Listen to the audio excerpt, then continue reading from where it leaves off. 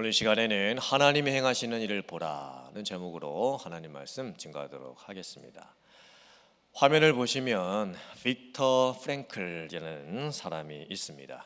오스트리아 빈에서 태어난 유대인이었고 정신과 의사였는데 제2차 세계대전 당시에 악명 높았던 아우슈비츠 수용소에 수감이 됩니다. 그곳에서 부모님과 아내와 두 아들을 다 잃습니다. 그리고 본인과 여동생만 간신히 살아남습니다.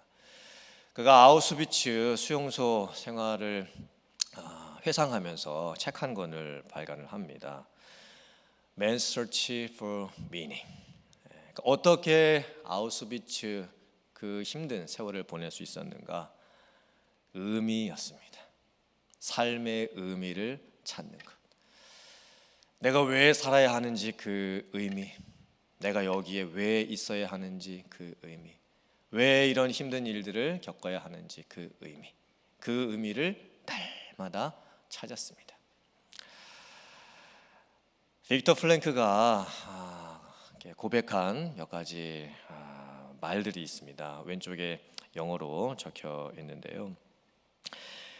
우리가 더 이상 상황을 바꿀 수 없을 때 우리는 비로소 자신을 바꿀 수 있도록 도전을 받게 된다.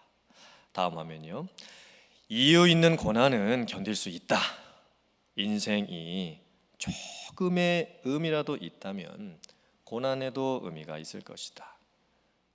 늘 두 번째 인생을 사는 것처럼 살고 지금 하려는 행동이 첫 번째 인생에서 저지른 바로 그 실수라고 생각하라. 빅터 플랭크는 참 힘들고 어려운 그 아우슈비츠 포로 생활을 하면서도 의미를 찾습니다. 조금의 의미라도 찾습니다. 그 의미를 붙들고 그 힘든 삶을 견뎌냈던 겁니다. 그리고 항상 내 삶이 두 번째 사는 인생이라고 생각하면서 살았습니다. 어제 죽을 수도 있었던 목숨이었는데 오늘 나에게 새로운 삶이 주어졌으니 이것이 나에게 두 번째 인생이고, 그리고 내가 지금 하려고 하는 그 행동이 언젠가 내가 과거에 했었던 잘못된 행동이 아니었을까를 생각을 해보면서 정말 매 순간 매 순간을 다시 태어난 그 인생처럼 생각을 하고 살았던 것입니다. 사실 그렇죠. 아우슈비츠 그런 수용소에 갇히게 되면, 그런 곳에 갇혀서 오랜 시간을 보내게 되면 살 소망을 잃어버리기가 쉽습니다. 삶을 포기하게 되는 경우가 쉽습니다. 사람이 너무나 오랫동안 어떤 한 장소나 어떤 한 상황에 오랫동안 이렇게 있게 되면 눌리게 됩니다. 뭔가 이렇게 꽉 억압된 느낌을 받게 됩니다. 그리고 이제 그게 당연한 줄 알고 현실에 체념을 한 채 살아가게 되는 것 뿐입니다. 사람이 어떤 한 상황을 너무나 오래 겪게 되면 의미를 상실을 하지요. 그리고 그 상황 안에 갇히고 그 상황 안에서 자포자기 하게 됩니다. 사실 우리들도 그런 것 같습니다. 코로나 바이러스가 작년 3월부터 시작이 됐으니까 이제 벌써 1년 8개월이 지금 되어가고 있는데 정말 너무 힘들고 또 아직까지도 참 지치는 것이 사실입니다. 그런데 오늘 성경 말씀을 보면 하나님의 백성들은 애국, 오늘날의 이집트에서 무려 430년 동안이나 종살이를 하고 있었습니다. 1년도 아니고 10년도 아니고 100년도 아니고 430년 동안 남의 나라 땅에서 노예로 살아갔다면 그 삶이 얼마나 힘들었을까요? 앞날에 대한 아무런 소망도 없이 그저 주어진 현실에만 급하게 살아갔던 그 삶이 430년 동안의 그 삶이 얼마나 괴롭고 힘들었겠습니까? 그때 하나님께서 모세를 부르십니다. 그리고 모세에게 말씀하시기를, 내가 하나님의 백성의 지도자로 너를 삼고 너를 통해서 이 출애굽 사건을 이뤄가기를 원한다. 그랬더니 모세가 자기는 못하겠다고 말을 합니다. 모세가 하나님의 백성들 앞에 찾아가서 하나님께서 너희들 출애굽시키시겠다 약속하셨다, 그렇게 말씀을 전하자 하나님의 백성들도 그 말을 듣지를 못합니다. 믿지를 못합니다. 왜냐하면 너무나 오랜 시간 동안 실패, 낙심, 절망, 피곤, 괴로움에 눌려서 살았기 때문입니다. 우리들의 삶은 어떨까요? 어쩌면 우리들의 삶도 실수, 실패가 계속 반복되고 도대체 이 고난을 언제까지 겪어야 할지 많이 낙심이 될 때가 있습니다. 그때 우리는 어떻게 해야 될까요? 어제와 똑같은 삶이 오늘 반복되는 것 같고 내 삶이 다람쥐 쳇바퀴 도는 것처럼 그렇게 의미 없이 돌아가는 것처럼 느껴질 때 우리는 어떻게 해야 될까요? 무엇보다 우리는 죄의 짐이 있습니다. 죄에 눌려있는 삶을 살 수밖에 없습니다. 죄라고 하는 우리가 도무지 이길 수 없을 것 같은 근본적인 문제가 우리의 삶에 있는데 과연 우리는 어떻게 이 문제들을 해결할 수가 있을까요? 오늘 말씀을 통해서 하나님이 행하시는 일을 바라보게 되기를 원합니다. 그리고 하나님이 행하시는 그 기적 같은 일들을 기대하며 다시 한번 우리들의 무너진 자리에서 일어설 수 있는 우리들이 되기를 원합니다. 첫 번째, 과거에 묶여있는 상처와 실패로부터의 구원입니다. 하나님께서 출애굽이라고 하는 엄청난 구원의 역사를 이루시기 위해서 모세를 부르십니다. 모세를 지도자로 삼고 모세로 하여금 하나님의 백성을 이끌라고 명령을 하십니다. 그때 모세가 무엇이라고 대답을 할까요? 하나님께서 다시 한번 모세를 부르시고 바로왕 앞에 가서 하나님께서 하나님의 백성들을 출애굽시키실 것이라고 선포하라고 말씀을 하십니다. 그때 또다시 한번 모세가 무엇이라고 대답을 할까요? 하나님께서 족보에 대한 말씀을 하십니다. 그리고 조상 대대로 지금까지 하나님께서 어떻게 인도해 주셨는지 친히 말씀을 해 주십니다. 그때 모세가 또 뭐라고 대답을 할까요? 모세가 3번씩이나 이렇게 대답을 하게 됩니다. 출애굽기 4장 10절, 6장 12절, 6장 30절 말씀 화면 보시고 같이 봉독해 보겠습니다. 시작. 모세가 여호와께 아뢰되 오 주여, 나는 본래 말을 잘하지 못하는 자니이다. 주께서 주의 종에게 명령하신 후에도 역시 그러하니 나는 입이 뻣뻣하고 혀가 둔한 자니이다. 모세가 여호와 앞에 아뢰어 이르되 이스라엘 자손도 내 말을 듣지 아니하였거든 바로가 어찌 들으리까? 나는 입이 둔한 자니이다. 모세가 여호와 앞에서 아뢰되 나는 입이 둔한 자이오니 바로가 어찌 나의 말을 들으리까? 3번이나 모세는 계속해서 하나님 저는 못하겠습니다. 하나님 저는 입이 둔한 자입니다. 이렇게 지금 대답을 합니다. 입이 뻣뻣하다, 입이 둔하다라고 하는 그 의미는 히브리어로 느리다, 무겁다라고 하는 단어 카베드라는 단어를 사용을 했습니다. 이 뜻은 말을 유창하게 잘 하지 못한다라는 뜻입니다. 그렇다면 모세가 정말 말을 버벅거리고 더듬고 말 주변이 없었던 것일까요? 모세가 좀 어리버리해 보이고 할 말도 잘 사람들 앞에서 못하는 그런 사람이었을까요? 아닌 것 같습니다. 성경 말씀을 살펴보면 출애굽기 15장에 출애굽하고 나서 홍해를 건너고 난 후에 모세가 하나님을 찬양하는 장면이 나옵니다. 그때 모세가 지었던 그 찬양의 노래가 얼마나 표현력이 좋고 사람들이 듣기에 감동이 되고 은혜가 되는 내용인지 모릅니다. 또한 사도행전 7장 22절 말씀을 보면 모세가 애굽 사람의 학수를 다 배워 그 말과 행사가 능하더라 이렇게 되어 있습니다. 즉 모세는 태어나서 40년 동안을 애굽의 왕궁에서 살았고 애굽의 모든 학문을 다 배워서 익혔던 사람이었습니다. 사실 말도 또 행동도 잘했던 사람이었습니다. 하지만 출애굽을 시키는 리더가 되는 것은 좀 상황이 달랐습니다. 하나님의 백성들 200만 명을 이끄는 리더가 되는 것은 이게 쉽지가 않은 일입니다. 그 많은 사람들 앞에 나서서 유창하게 연설을 하고 그들에게 감동을 주고 그들을 이끄는 것은 쉽지 않은 일이었습니다. 모세는 계속해서 자기 자신을 보면서 내가 어떻게 사람들 앞에 서서 웅변적으로 말을 하고 카리스마 있게 사람들을 이끌고 사람들을 확 휘어잡는 스타일로 내가 인도를 할 수가 있을까 계속 걱정을 지금 하고 있는 겁니다. 그때 하나님께서 어떻게 하실까요?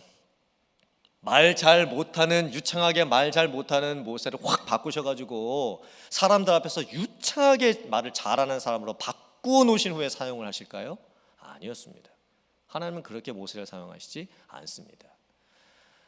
하나님께서 이렇게 하십니다. 하나님께서 모세에게 말씀을 주시면 모세는 그것을 형이었던 아론에게 전합니다. 그러면 말을 유창하게 잘했던 그 아론이 하나님의 백성들 앞에 서서 하나님의 말씀을 대언을 하는 것입니다. 그런데 놀라운 것은 사람들 앞에서 말을 유창하게 연설을 해야 했던 이 형 아론이 사람들로부터 존경과 높임을 받는 것이 아니라 사람들 앞에는 직접 서지는 않지만 하나님 앞에 서서 하나님으로부터 말씀을 전해드렸던 그 모세가 하나님의 백성들로부터 존경을 받고 또 두려워하는 존재가 될 것이라고 말씀을 하고 있습니다. 사실 하나님께서 모세에게 이 정도 말씀을 하셨으면 이제 모세는 알겠습니다. 하나님, 제가 부족하지만 하나님께서 말씀하시는 그 사명을 제가 한번 감당해 보겠습니다. 이렇게 대답을 해야 되는 게 정상입니다. 그런데 모세가 또 어떻게 할까요?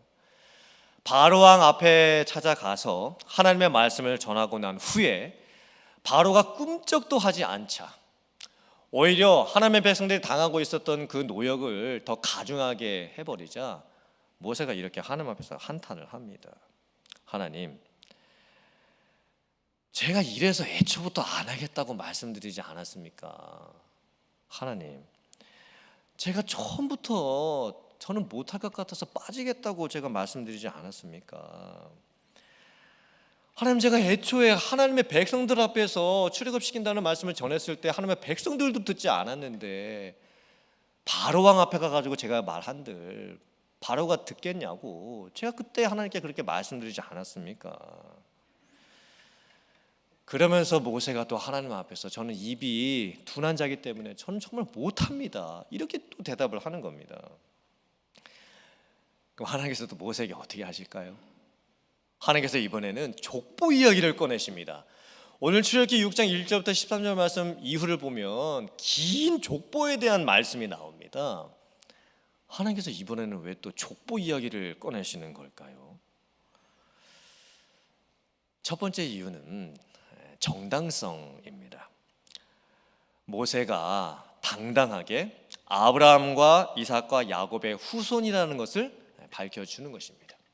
그리고 두 번째는 과거에 대한 정리입니다. 이 족보에 나오는 사람들의 이 이름과 모습을 가만히 살펴보면 그들은 한결같이 부끄러움을 가지고 있었던 사람들이었습니다. 모세의 조상들을 가만히 살펴보면 한결같이 연약했던 사람들, 또 하나님 앞에서 죄를 지었던 사람들이었습니다. 그들이 잘났기 때문에 하나님께서 사용하셨던 것이 아니었습니다. 그들에게 어떤 능력이 있었기 때문에 하나님께서 그들을 사용하셨던 것이 아니었습니다. 그러면서 하나님께서 모세에게 이렇게 말씀을 하시는 거예요. 모세야, 너희 조상들은 다 한결같이 힘없는 자들이었고 연약한 자들이었는데 내가 그들을 택했고 그들을 통해서 나의 구원을 지금까지 이루어 왔다. 모세야, 너에게도 지금 네 스스로 생각하기에도 여러 가지 한계도 있고 또 무능력도 있는 것처럼 부족함이 있는 것처럼 네가 느끼지만 내가 너희 조상들을 그렇게 사용했던 것처럼 너도 그렇게 사용을 할 것이다. 그러므로 나를 믿고 나를 신뢰해라. 그런데도 불구하고 모세는 이 하나님의 말씀을 들었음에도 불구하고 또 하나님 앞에서 변명을 하기 시작합니다. 하나님, 저 못하겠습니다. 저는 입이 뻣뻣한 사람입니다. 입이 둔한 사람입니다. 모세가 3번씩이나 계속 이렇게 대답을 하는 거예요. 이 모세의 모습이 뭘까요? 사실 이 모습은 저와 여러분들의 모습이기도 합니다. 모세는 학습된 무기력에 빠져 있습니다. 과거에 계속 얽매여 있습니다. 반복된 실패를 계속 경험을 하다가 보니까 이제는 노력조차 시도조차 하려고 하지는 않습니다. 앞으로 자기에게 닥쳐질 여러 가지 부정적인 일들, 부정적인 결과들이 자기 눈에 뻔히 보이는 것 같아 느껴지니까 하나님께서 자기를 사용하시겠다고 말씀을 해 주심에도 불구하고 반응을 못하겠다라고만 하고 있는 겁니다. 계속된 과거의 실패의 경험이 모세를 완전히 지금 누르고 있습니다. 모세가 왜 그렇게 애굽으로 다시 돌아가서 하나님의 백성들을 출애굽시키는 것을 두려워하고 있을까요? 그것은 모세에게 있어서 개인적인 이유가 있었기 때문입니다. 이 애굽이라고 하는 곳은 모세에게 있어서 과거의 상처와 실패와 아픔이 고스란히 묻어있는 곳이었습니다. 사실 모세가 태어나서 40년간을 애굽의 왕궁에서 왕자로 살았지요. 그때 모세는 사실 좋지가 않았습니다. 왜냐하면 자기가 히브리인이라고 하는 그 신분을 숨기면서 살아야 했기 때문입니다. 그리고 자기 동족이 위험을 만났을 때 그 동족을 살리기 위해서 사람까지 죽입니다. 그때 화가 많이 났겠죠. 화를 절제하지 못하고 애굽 사람을 쳐서 죽입니다. 살인을 하죠. 그리고 도망을 치는 거예요. 어떻게 보면 이 애굽이라고 하는 곳은요, 모세에게 있어서는 아픈 곳이었습니다. 상처가 묻어져 있는 곳이었습니다. 근데 하나님께서 모세를 그곳으로 돌아가라고 말씀을 하시는 거예요. 이제 벌써 40년의 세월이 흘렀습니다. 모세가 이제 나이가 80이 됐습니다. 그런데 40년 전에 애굽에서 겪었던 그 아픔, 그 상처들이 잊혀지지를 않습니다. 그리고 다시 나의 힘든 과거가 있었던 곳, 나의 힘든 상처가 있었던 곳, 나의 힘든 아픔이 있었던 그곳으로 다시 돌아가려고 하니까 도무지 그게 자신이 없었던 겁니다. 사실 이 모세의 모습은 우리들의 모습이기도 합니다. 우리 모두는 과거에 겪었던, 그리고 과거로 묻어두었던 그 나만이 알고 있는 상처와 또 아픔과 또 고난의 순간들이 다 있죠. 사실 제 인생에 있어서도 벌써 이제 한 30년이 지난 옛날 사건인데도 다시 그곳으로 가라고 하면, 다시 그분들을 만나라고 하면 솔직히 자신이 없습니다. 쉽게 돌아가지 못할 것 같습니다. 그런데 하나님께서 모세에게 이렇게 말씀을 하시는 거예요.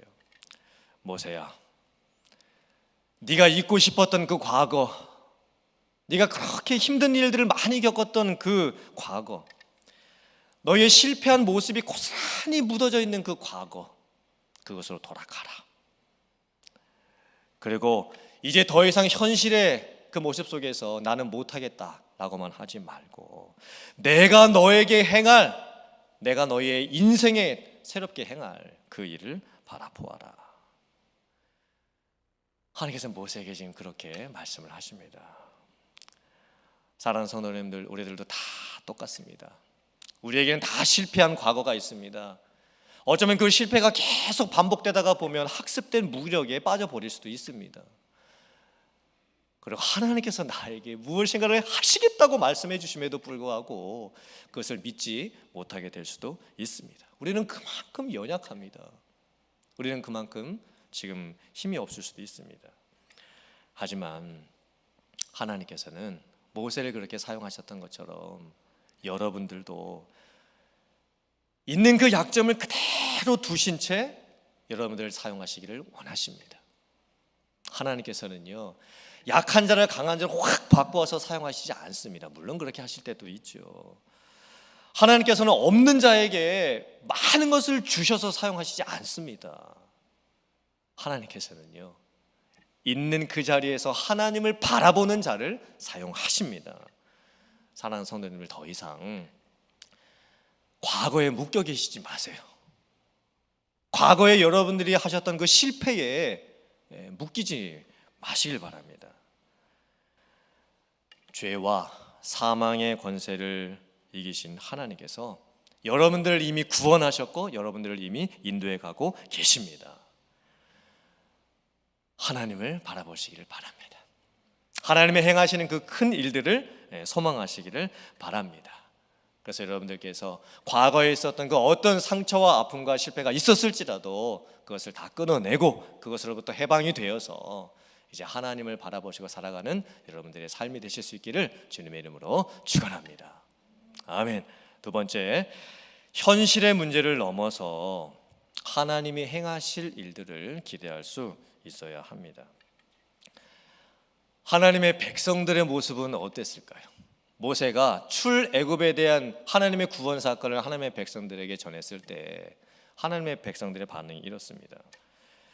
그들이 마음의 상함과 가혹한 노역으로 말미암아 모세의 말을 듣지 아니하였더라. 마음이 다 이미 상해 있는 거예요.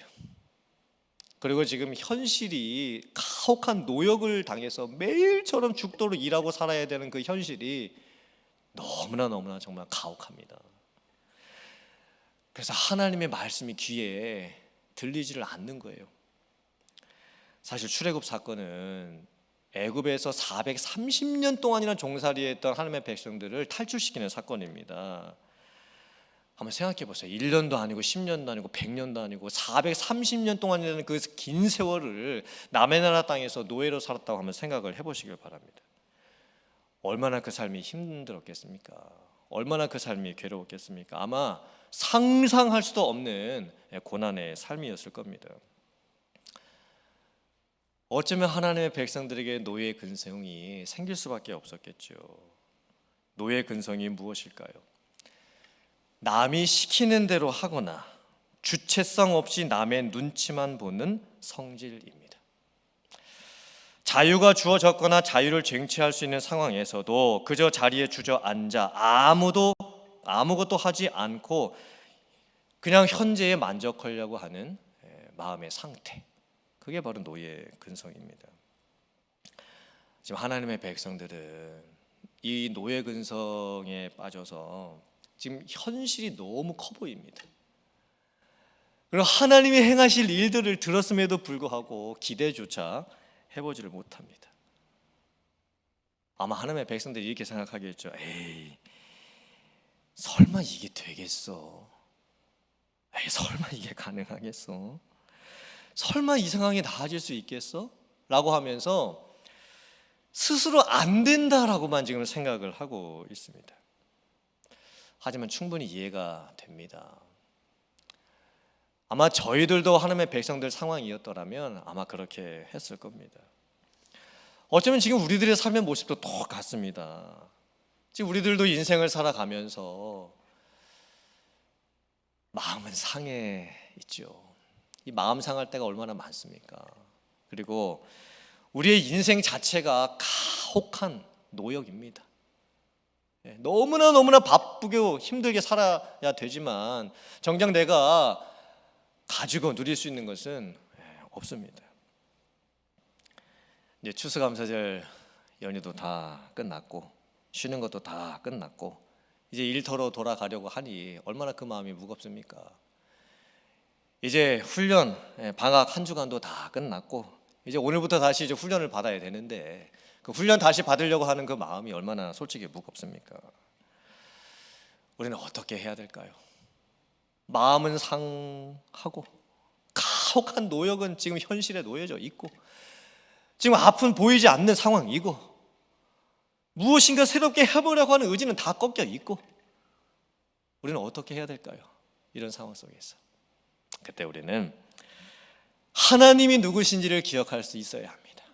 특별히 여호와 그 이름을 가지신 하나님이 누구신지를 저희는 기억할 수 있어야 합니다.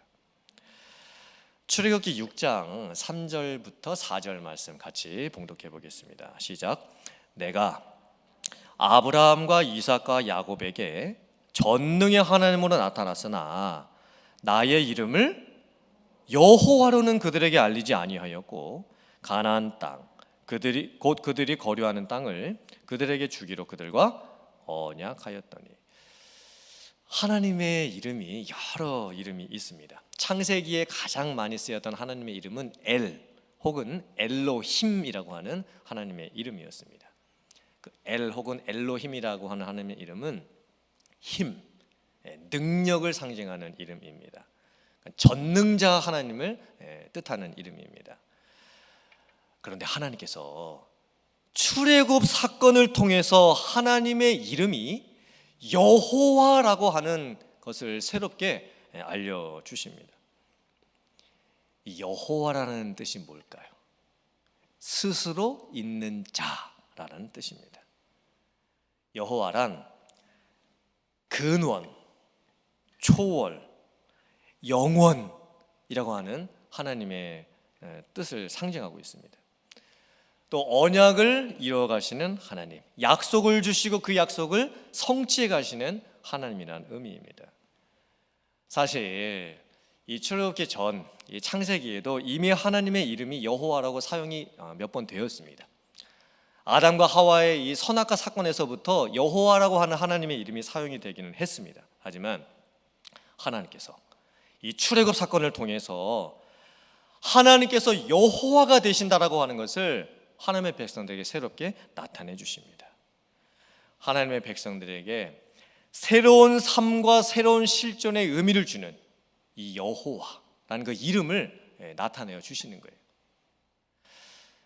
우리들이 이제 누군가와 이제 약속을 할 때, 또 혹은 맹세를 할 때 뭐를 걸고 저희들이 약속을 하거나 맹세를 하게 되죠?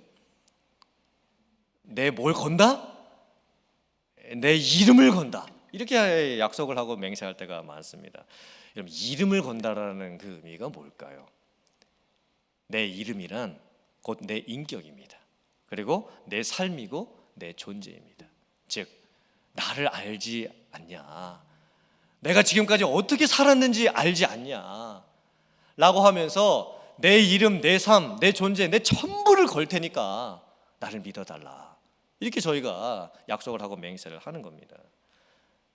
그런데 지금 하나님께서 하나님의 백성들에게 그렇게 약속을 해주시는 거예요. 하나님께서 자신의 이름을 거십니다. 그 이름은 여호와라고 하는 이름이었습니다. 여호와 하나님, 그 의미가 무엇일까요? 이 세상의 존재 중에서 그 어떤 사람이나 사물도 스스로 있는 것은 하나도 없습니다. 다 창조된 피조물일 뿐입니다. 하나님의 이름이 여호와라시는 것은 뜻은 오직 하나님만이 스스로 계시는 분이시고 하나님만이 다른 것들을 만들어내실 수 있고 하나님만이 없는 것에서 있는 것을 이뤄내실 수 있다라고 하는 그런 뜻을 가지고 있는 것입니다. 우리는 현실밖에 보지를 못하죠. 하지만 하나님께서는 스스로 계시면서 없는 것들을 만들어 가시는 분이십니다. 되지 않는 일들을 되도록 해 주시는 분이십니다. 그분이 바로 여호와 하나님이십니다. 하나님께서 하나님의 백성들에게 말씀하시는 거예요. 나를 믿으라. 여호와 된 나를 믿고 따르라. 지금 아무것도 안 보여도, 지금 소망이 꺾여 있는 상황 가운데에서 하나님을 바라보라고 지금 말씀을 하고 계시는 겁니다. 우리들이 어떻게 마음이 상한 것을 이겨낼 수가 있을까요? 우리가 어떻게 가혹한 인생의 그 노역을, 고역들을 이겨내갈 수가 있을까요? 그것은 하나님이 누구신지를 바라보는 것뿐입니다. 하나님이 누구신지를 기억하고 그 하나님을 신뢰하며 나아가는 것뿐입니다. 예레미야 29장 10절부터 11절 말씀 같이 봉독해 보겠습니다. 시작. 여호와께서 이와 같이 말씀하시니라. 바벨론에서 70년이 차면 내가 너희를 돌보고 나의 선한 말을 너희에게 성취하여 너희를 이곳으로 돌아오게 하리라.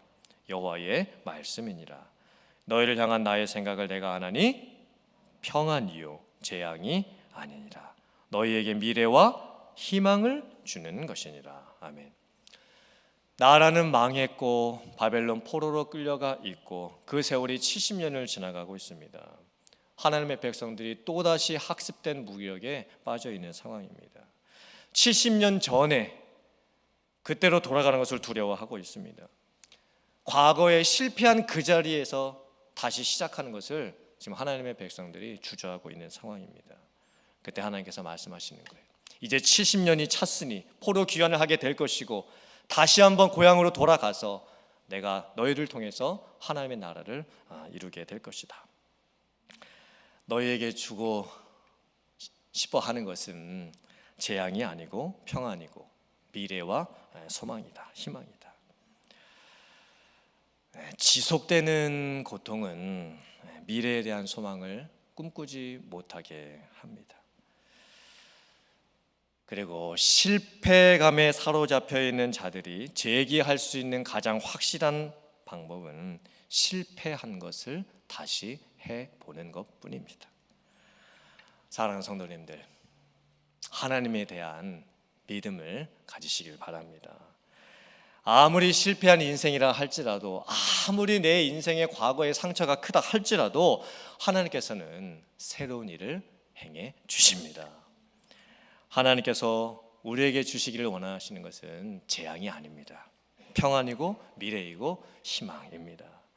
그러므로 여러분이 계신 그 자리가 아무리 고되고 아무리 마음이 상할 일들이 많고 아무리 힘든 고된 노역 같은 일들이 많다 할지라도 그 자리에서 하나님이 행하실 새로운 일들을 기대하신 여러분들 되시기를 주님의 이름으로 축원드립니다. 하나님께서, 여러분이 믿고 계신 그 하나님께서 여호와 나의 하나님 되심을 확실하게 믿음 안에서 신앙으로 고백하고 다시 한번 그 믿음 안에서 회복하고 승리하는 삶을 살아가는 여러분들 다 되실 수 있기를 주님의 이름으로 축원드립니다. 아멘.